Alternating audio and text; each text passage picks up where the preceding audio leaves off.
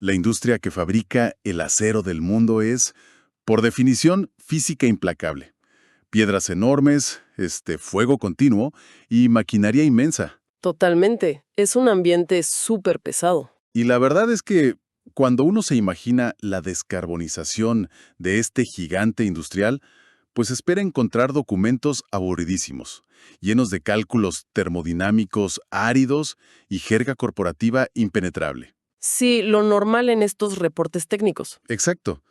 Pero los reportes que estamos revisando hoy en nuestro análisis a fondo sobre cómo limpiar esta industria no se leen como un manual de ingeniería. Y esto me voló la cabeza. Sorprendentemente, se leen literalmente como un cómic de superhéroes. Es una locura. Es una de las decisiones narrativas más inusuales, pero a la vez efectivas que he visto en literatura técnica. Y bueno, tiene sentido si lo piensas. Ajá, ¿por qué lo dices? Porque la industria del acero es responsable de aproximadamente entre el 7 y el 9% de todas las emisiones globales de carbono. O sea, es un problema titánico. Gigantesco. Así que presentar las posibles soluciones tecnológicas como héroes con personalidades, poderes y debilidades aterriza una complejidad abrumadora a un nivel conceptual que cualquiera puede visualizar. Ese es precisamente el objetivo de nuestra revisión de hoy. Para quienes nos escuchan y buscan comprender el futuro de la industria pesada, sin perderse en fórmulas químicas complejas, vamos a explorar este escenario que la fuente llama el Valle Tecnológico de la Reducción Directa. El famoso valle. Exacto. Y en este valle hay tres personajes clave, digamos tres tecnologías, que están tratando de salvar al mundo. Midrex, Heil 3 y Finmet. Vamos a desglosar cómo funcionan realmente sus poderes tecnológicos. Basándonos en los datos duros, claro. Sí, ¿qué nos dicen los números sobre su impacto? ¿Y por qué la mejor tecnología no siempre es la que domina el mercado? Pero, a ver, para ponerlo en perspectiva antes de conocer al primer personaje, necesitamos entender el terreno de batalla. Claro, el contexto. Durante más de un siglo, la forma estándar de hacer acero ha sido el alto horno tradicional. Básicamente tomas mineral de hierro, le echas carbón mineral, lo calientas hasta que se vuelve lava líquida. Y el carbono hace su trabajo sucio. Exactamente. El carbón le arranca el oxígeno al hierro, liberando unas cantidades obscenas de dióxido de carbono al cielo. Es un proceso brutal. Y ahí es donde entra la reducción directa, el valle del que hablamos hoy, que es una tecnología alternativa. Sí, un enfoque distinto. En lugar de derretir la roca con carbón, usas gases para robarle el oxígeno al hierro mientras sigue en estado sólido.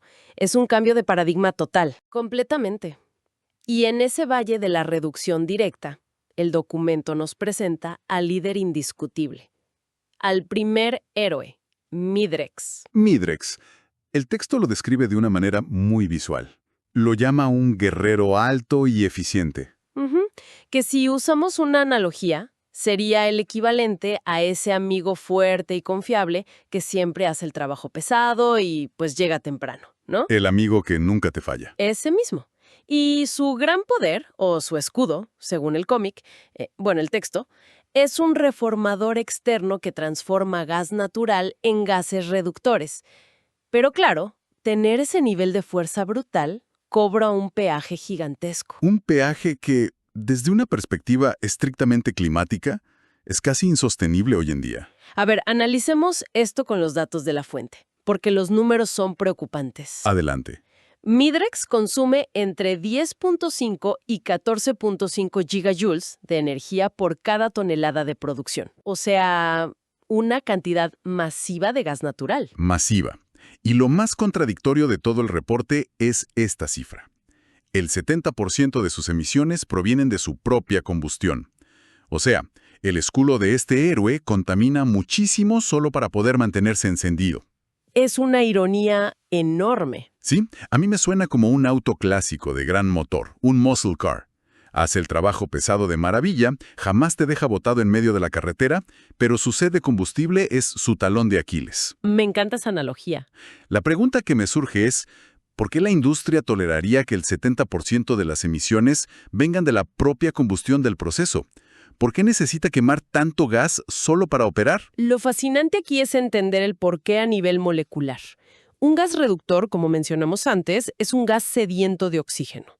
Usualmente es una mezcla de hidrógeno y monóxido de carbono. Ajá. El problema, fíjate, es que la naturaleza no te da esos gases listos para usar en la mina. Tienes que fabricarlos rompiendo moléculas de gas natural, que es metano. Entiendo. ¿Y eso pasa en el escudo? Exacto. Midrex hace esto en su reformador externo, que es básicamente un horno gigantesco lleno de tubos con catalizadores químicos. Y para romper esas moléculas de metano necesitas temperaturas extremas. ¿De cuánto estamos hablando? Por encima de los 900 grados Celsius. Y mantener esa temperatura constante día y noche sin parar, pues requiere quemar una cantidad colosal de combustible. Claro.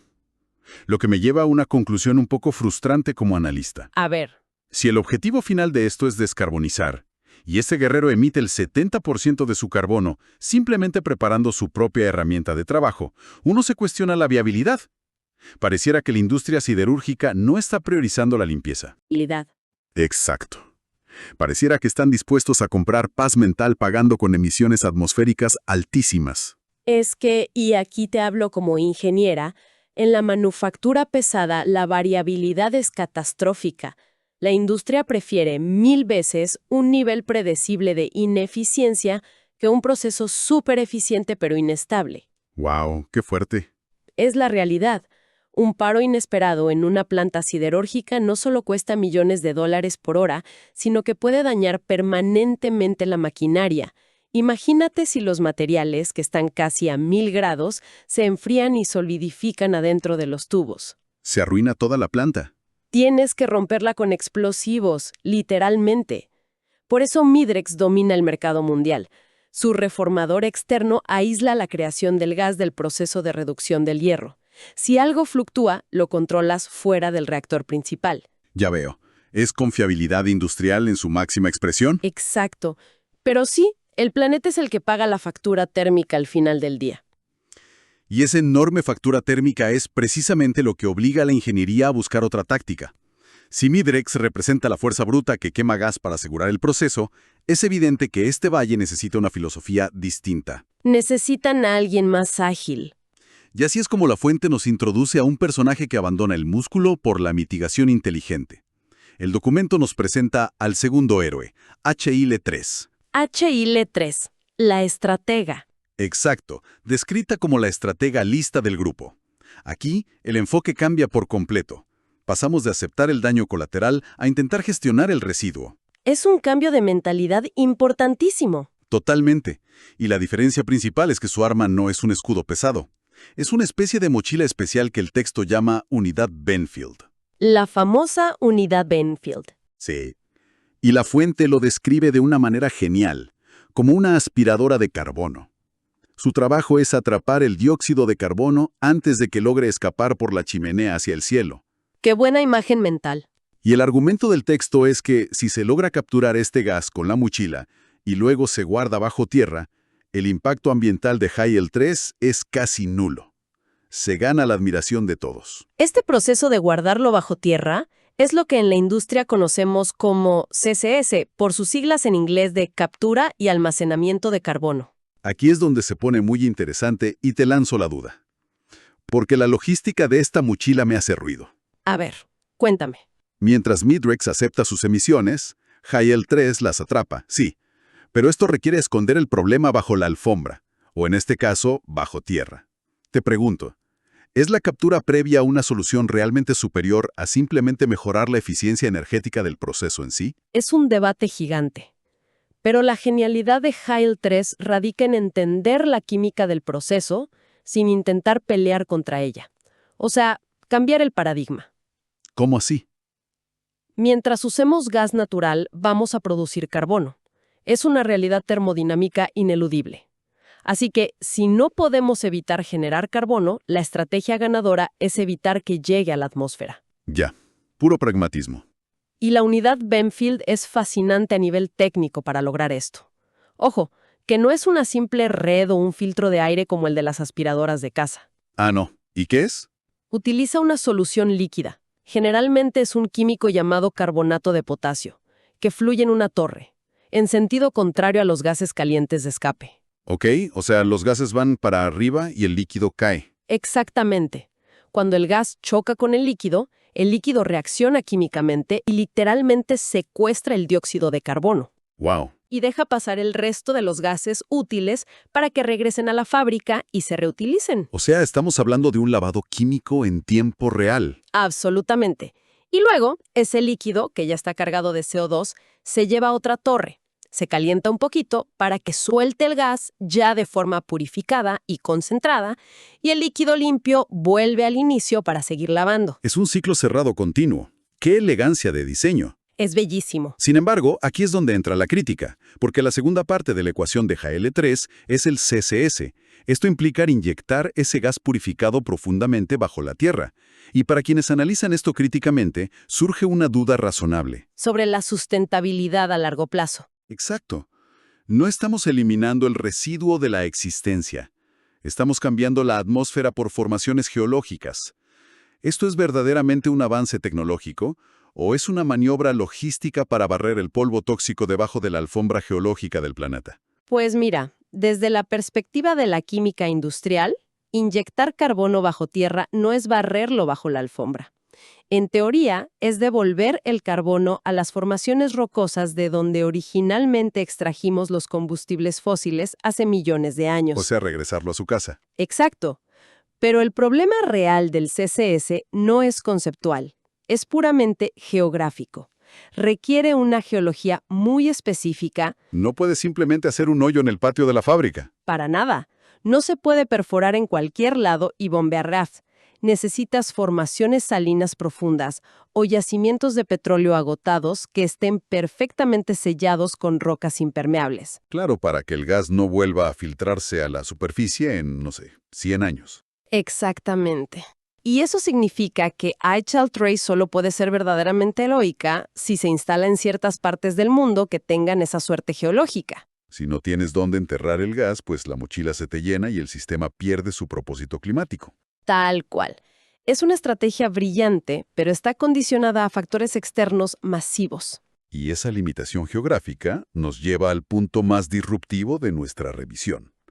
Porque ya vimos a quién soporta la carga energética, Midrex, y a quién atrapa el desperdicio, HL3. Los dos primeros héroes. Pero, ¿qué pasaría si cambiamos por completo los ingredientes de la receta desde el principio para evitar el problema de raíz? Si las otras tecnologías cocinan con ingredientes defectuosos, este tercer héroe cambia la jugada. Aquí llegamos a la verdadera innovación radical, el replanteamiento desde cero. Hablamos de FinMed. El texto nos la presenta como la más joven y curiosa del grupo. Es única en el mundo y está ubicada en un lugar súper específico, Puerto Ordaz, en Venezuela. Un entorno muy particular. Sí. Y la principal distinción que hace la fuente es que FinMed no necesita usar pellas. Ese es su gran superpoder. Y a ver, usamos una analogía casera. Es como un chef que se salta un paso de preparación larguísimo y cocina los ingredientes crudos directamente. Es una excelente forma de verlo. Porque la mayoría de las plantas no pueden tragar polvo de hierro. Necesitan que el mineral venga en forma de pequeñas esferas compactas llamadas pellas. ¿Cierto? ¿Cierto? Y fabricar esas bolitas gasta cantidades industriales de energía, agua y gas. Es una cocción previa. FinMed elimina todo ese paso y se alimenta directamente de finos de mineral de hierro crudo, lo cual es un triunfo de la ingeniería, fíjate, porque la peletización es, de por sí, una de las etapas más sucias y costosas económicamente de toda la cadena de suministro de acero. ¿Qué tal difícil es saltarse ese paso? Imagínate construir una casa, pero mágicamente pudieras moldear el acerrín suelto directamente para formar muros sólidos, sin tener que fabricar las tablas de madera primero. Es revolucionario. ¡Guau! Y la fuente usa otra analogía fantástica para explicar cómo FinMed logra esto en su reactor. Dice que opera mediante un lecho fluidizado. Y lo compara, mágicamente, con cocinar arroz en una olla que nunca se pega. Me encanta esa descripción. Pero yo me pregunto, ¿cómo funciona exactamente un lecho fluidizado a nivel físico? ¿Cómo evitas que toneladas de polvo de hierro se conviertan en un bloque de roca inútil adentro del horno? La física detrás de un lecho fluidizado es hermosa. En un reactor convencional, si metes polvo fino de hierro, los gases calientes no pueden atravesarlo, se apelmaza. Es como intentar soplar aire a través de harina prensada. Exacto. Se atasca por completo. Lo que hace el lecho fluidizado de Finmet es inyectar gas reductor desde abajo hacia arriba, con una velocidad tan precisa que iguala exactamente el peso de las partículas que van cayendo por la gravedad. ¡Wow! O sea, se cancelan las fuerzas. ¿Sí? Las partículas de polvo de hierro quedan suspendidas en el aire, flotando. Desde afuera, si pudieras ver adentro, parece un líquido hirviendo violentamente. Pero en realidad, todo es sólido y gas. ¡Qué locura! Ningún otro sistema alcanza. Pero hay un detalle técnico en el reporte que no quiero pasar por alto. Dime. La fuente menciona que Finmet produce algo llamado HBI, porque claro, si logras procesar polvo flotante, al final sigues teniendo polvo procesado. Y el polvo fino debe ser muy difícil de transportar, ¿no? Altamente peligroso, de hecho. Entonces, ¿qué es este HBI y por qué es tan importante para este EWE? Esa es la pieza que cierra el rompecabezas de Finmet. El polvo de hierro directo que sale de ese reactor es súper reactivo, lo que en química llamamos pirofórico. Pirofórico. Suena a fuego. Literalmente. Si lo dejas al aire libre, reacciona con la humedad y el oxígeno y puede oxidarse tan violentamente que genera un calor extremo. Básicamente, se incendia de forma espontánea en los barcos de transporte. Uy, un peligro total para la logística mundial. Imagínate un barco carguero en llamas en medio del océano. Por eso, HBI es la solución. Significa hierro briqueteado en caliente, por sus siglas en inglés. Briquetas. Ajá. Justo cuando el polvo sale del reactor, todavía a unos 700 grados, pasa por unas máquinas gigantes que lo aplastan a una presión brutal y lo compactan en forma de briquetas densas, como si fueran pequeños ladrillos de metal. Ya, eso le quita lo poroso. Exactamente. Sella la porosidad, reduce el riesgo de incendio casi a cero y permite que Finmet pueda exportar su producto de forma segura a cualquier parte del mundo. Es un nivel de optimización impresionante. Lo es. Y esto nos lleva al dato clave, a la victoria absoluta de Finmet, basándonos en los datos de la fuente, operando bajo este lecho fluidizado, saltándose la creación de pellas y compactando directamente a HBI. El proceso emite solo 771 kilogramos de dióxido de carbono por tonelada de producto. Ese número es clave. El documento resalta enérgicamente que esto es menos de una tercera parte de las emisiones de un alto horno tradicional.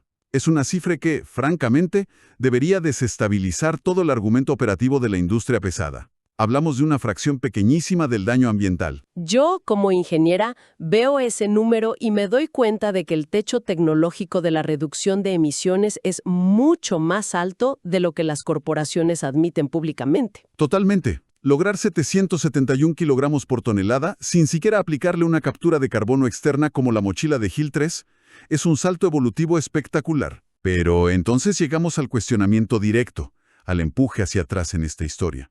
Porque si Finmet es tan increíble, ahorra el paso de las pellas y reduce las emisiones a menos de un tercio. Ya sé a dónde vas. Porque la propia fuente admite que es la única de su especie en el mundo entero. O sea, si esto fuera realmente tan superior, uno asumiría que cada país productor de acero del planeta tendría réplicas exactas operando hoy mismo. Sí. Si conectamos esto con el panorama general, vemos la contradicción. Y aquí es donde la brillantez técnica choca de frente con la dura realidad de la economía de escala. A ver, explícame eso. La razón por la que no hay 1000 plantas Finmet en el mundo se resume en dos conceptos financieros cruciales: el gasto de capital, conocido como CAPEX, y la falacia del costo hundido. CAPEX y costo hundido. Sí, mira, escalar un sistema de lecho fluidizado a este nivel es increíblemente difícil y costoso de diseñar, pero el problema real no es la ingeniería. Son los bancos. Son las gigantes corporaciones del acero, que ya han invertido cientos de miles de millones de dólares en plantas de peletización y en reactores tradicionales como Midrex. Claro, ya gastaron el dinero. Exacto. Si una empresa ya gastó 3,000 millones de dólares construyendo una planta convencional que está diseñada para durar 40 años, no la van a demoler al quinto año solo porque en Venezuela existe un proceso que emite menos carbono. O sea, el costo de abandonar esta infraestructura antigua y construir la nueva los llevaría a la quiebra antes de poder vender un solo ladrillo de su HBI ecológico. Tristemente sí. A nosotros en el sector técnico nos frustra admitirlo, pero en la manufactura pesada, la elegancia de un diseño nuevo rara vez le gana a la inercia financiera de lo que ya está construido. ¡Qué coraje! Además, hay que decirlo, Finmet nació en un ecosistema geográfico que le favorecía enormemente. Venezuela tenía en ese momento abundante gas natural muy barato, tenía energía hidroeléctrica del río Caroní y minas de hierro que producían exactamente el tipo de polvo fino ideal para el proceso. ¿Todo se alineó ahí? Reproducir ese ecosistema exacto en Alemania o en Estados Unidos requeriría reconfigurar toda la cadena de suministro logístico. Así que Finmet sobrevive como una maravilla endémica. Demuestra lo que es químicamente posible, pero está atrapada por barreras económicas globales. ¡Wow! Esto cambia por completo la lectura de todo el documento. Hemos recorrido el valle de la reducción directa y los perfiles son súper claros. Recapitulando un poco. Tenemos al guerrero, Midrex, que consume mucho, contamina, pero no falla nunca. Su confiabilidad es su escudo. Tenemos al estratega, Jael 3, que captura su propio rastro de daño con esa mochila de carbonato, siempre y cuando tenga donde enterrarlo. La aspiradora. Exacto.